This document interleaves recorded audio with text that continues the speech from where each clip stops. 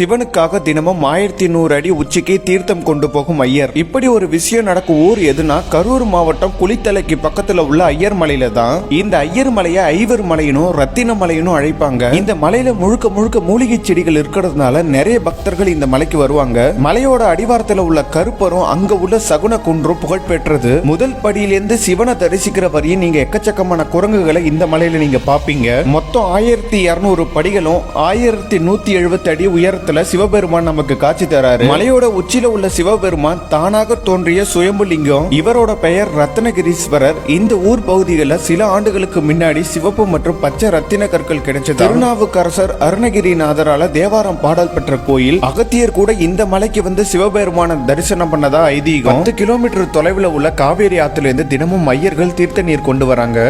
நடந்தே மலையோட உச்சிக்கு சென்று அந்த நீர் மூலம் தான் சிவனுக்கு அபிஷேகம் நடக்கும். இந்த நிகழ்ச்சியை பார்க்கும்போது ரொம்ப அருமையா இருக்கும். இந்த ஐயர் மலைக்கு வந்து சிவன் கிட்ட வேண்டுனா அது எல்லாமே கண்டிப்பா நடக்கும். நம்ம மலையேற வழியில 2 பெரும் பாறைகளுக்கு நடுவுல சப்த கன்னிகள் இருப்பாங்க. இந்த மலையை ஏற 1/4 மணி நேரத்துல இருந்து அரை மணி நேரம் ஆகும். மொத்தம் 2 மணி நேரத்துல இந்த மலையை ஏறி முடிச்சிடலாம். நீங்க எல்லாரும் நேர்ல போயிட்டு வாங்க, ரொம்ப நல்லா இருக்கும். குளித்தலையில இருந்து இந்த ஐயர் மலைக்கு அடிக்கடி பஸ் வசதி இருக்கு.